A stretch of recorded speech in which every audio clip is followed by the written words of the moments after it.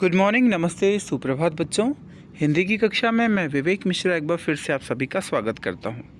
जी हाँ, इस समय पाठ 11 हम पढ़ रहे हैं। पाठ 11 का नाम है दधीचिका अस्थिदान। जी हाँ, यह पौराणिक कथा है और इस पौराणिक कथा के बारे में अभी तक आपने जाना कि किस प्रकार देवराज इंद्र जो है अभिमान में आकर के अपने गुरु आचार्य बृहस्पति का अपमान करते हैं और वह जो है उनकी नगरी को छोड़कर अपने आश्रम में चले जाते हैं। इसके बाद वह मनाने के लिए आते हैं, लेकिन जब तक वो अपनी बात पूरी करते तब तक बृहस्पति देवता जो होते हैं, बृहस्पति आचार्य जो होते हैं, वह अंतर्ध्यान होते हैं। अब इंद्र के पास कोई चारा नहीं होता है तो वह जाते हैं ब्रह्मा जी के पास और ब्रह्मा जी से वह कहते हैं कि महाराज, हमसे बड़ी भूल हुई है और इस समय जो है देवराज इंद्र जो बृहस्पति गुरु जी हैं हमारे, वह जो है हमसे कुपित हो गए हैं। और इसी बीच एक और घटना होती है कि जब राक्षसों के गुरु दैत्यों के गुरु शुक्राचार्य को यह पता चलता है कि आचार्य बृहस्पति देवराज इंद्र को छोड़ करके कहीं और चले गए हैं, तो वह राक्षसों से कहते हैं, दैत्यों से कहते हैं कि यही समय है, तुम जब देवराज इंद्र को पराजित कर सकते हो।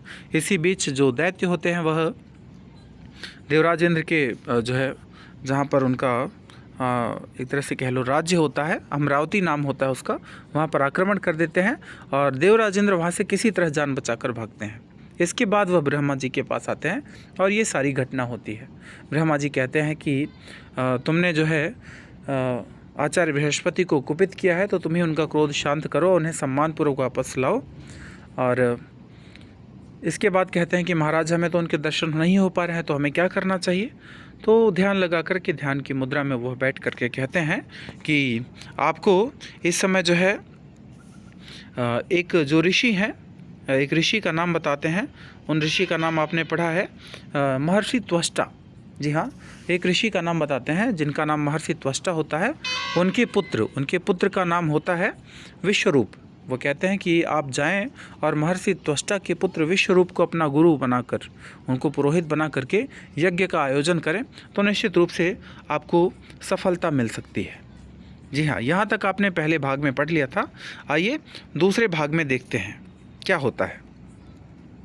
जी हाँ, यहाँ तक आपने पढ़ लिया है कि महर्षि त्वष्टा का महाज्ञानी पुत्र विश्वरूप, अगर तुमने उसे अपना पुरोहित बनाकर यज्ञ का आयोजन जो है किया, तो वह तुम्हें इस संकट से मुक्ति करा देगा।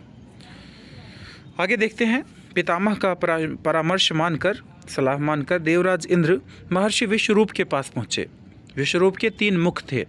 पहले मुख से वे सोमवल्ली लता का रस निकालकर यज्ञ करते समय पीते थे। जी हाँ, ध्यान देंगे यहाँ पर। विश्वरूप के 3 मुख थे। पहले मुख से वो सोमवल्ली लता एक तरह की होती थी, उसका रस निकालकर यज्ञ करते समय पीते थे। दूसरे मुख से मदिरा पान करते थे तथा तीसरे मुख से अन्न आदि भोजन का आहार करते थे। जी हाँ, ध्यान देंगे। विश्वरूप के 3 मुख थे और तीनों मुख का जो भोजन था वो अलग अलग था। एक से जो है वह सोमवल्ली लता का रस निकाल करके पीते थे, दूसरे मुख से मदिरा पान करते थे और तीसरे मुख से अन्न या भोजन आदि ग्रहण करते थे। इंद्र ने उन्हें प्रणाम किया तो महर्षि ने पूछा कि आज यहाँ कैसे आना हुआ देवराज, आप किसी मुसीबत में तो नहीं फंस गए। जी हाँ, उन्होंने अनुमान लगा लिया और उन्होंने कहा कि कहीं ऐसा तो नहीं कि किसी मुसीबत में आप फंस गए इसलिए यहाँ पर आए हैं। आपने ठीक अनुमान लगाया है मुनिश्रेष्ठ। इंद्र ने कहा, देवों पर इस समय बहुत ही बड़ी मुसीबत आई हुई है। जी हाँ, यहाँ पर बताया कि देवताओं पर इस समय बहुत बड़ी मुसीबत आई हुई है मुनिश्रेष्ठ। दैत्यों ने अमरावती को घेर रखा है, चारों ओर त्राही त्राही मची हुई है। विश्वरूप मुस्कुराए, बोले, यह तो देवों और दैत्यों का पुराना झगड़ा है देवराज। दोनों ही महर्षि कश्यप की संतानें हैं, इसलिए कोई भी स्वयं को एक दूसरे से कम नहीं समझता। तुम्हारे इस झगड़े में मैं तुम्हारी क्या मदद कर सकता हूँ। देवों को इस समय आपकी ही सहायता की आवश्यकता है मुनिश्रेष्ठ। सिर्फ आप ही उनका भय दूर कर सकते हैं, ऐसा देवराज इंद्र ने कहा। देवराज इंद्र ने कहा कि देवों को इस समय आपकी सहायता की आवश्यकता है।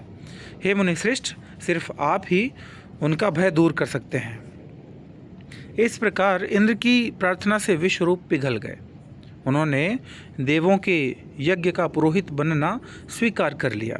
वे बोले, देवों की दुर्दशा देखकर, देवों की दुर्दशा मतलब बुरी दशा देखकर ही मैंने आपके यज्ञ का पुरोहित बनना स्वीकार किया है देवराज। उसके बाद देवराज इंद्र को उन्होंने नारायण कवच दिया। नारायण का दिया हुआ एक सुरक्षा कवच था, वह दिया और कहा, यह कवच ले जाओ देवराज। दैत्यों से युद्ध में यह न केवल तुम्हारी रक्षा करेगा बल्कि तुम्हें विजय भी दिलाएगा।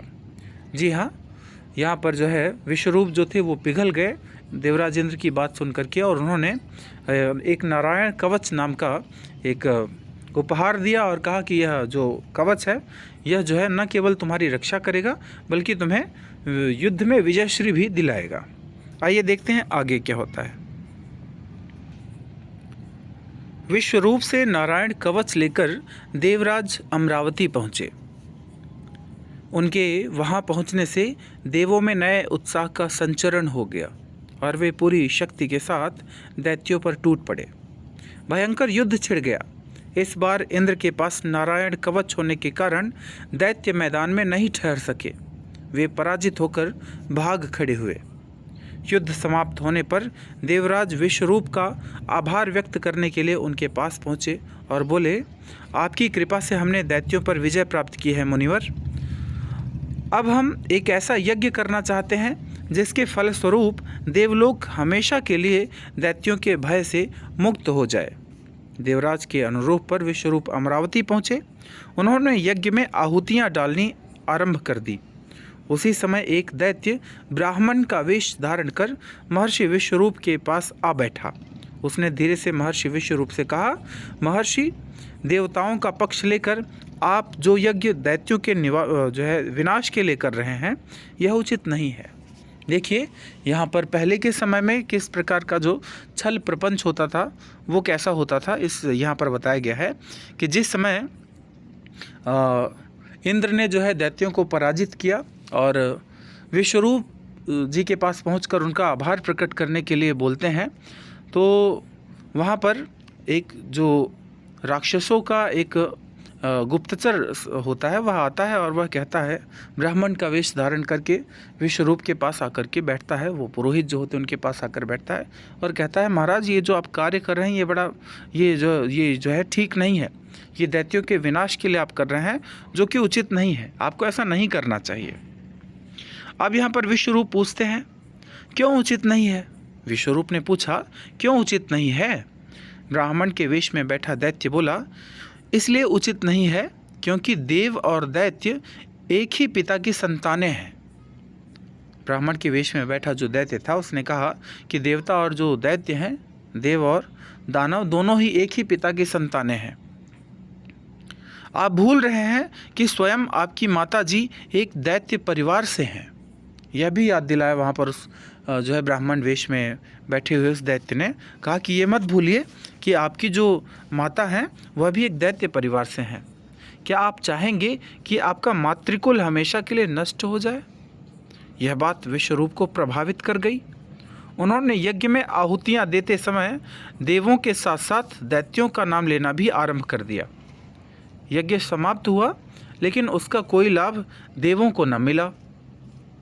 अब देखिए यहाँ पर जो उस ब्राह्मण वेशधारी दैत्य ने विश्वरूप को समझाया वह बात जो है उनके समझ में आ गई और उन्होंने भी अपना जो रूप था वो देवताओं के लिए यज्ञ कर रहे थे, लेकिन वहाँ पर उन्होंने भी जो है दैत्यों का भी नाम लेना शुरू कर दिया।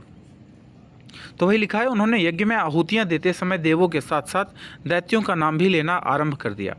यज्ञ समाप्त हुआ लेकिन उसका कोई लाभ देवों को न मिला क्योंकि विश्वरूप ने दैत्यों की मंगल कामना भी यज्ञ में की थी। देवराज इंद्र ने विश्वरूप से कहा, मुनिवर, इतने बड़े यज्ञ का कोई लाभ नजर नहीं आया। देवताओं की शक्ति में तो कोई भी बदलाव नहीं आया। वे तो जैसे पहले थे वैसे अब भी हैं।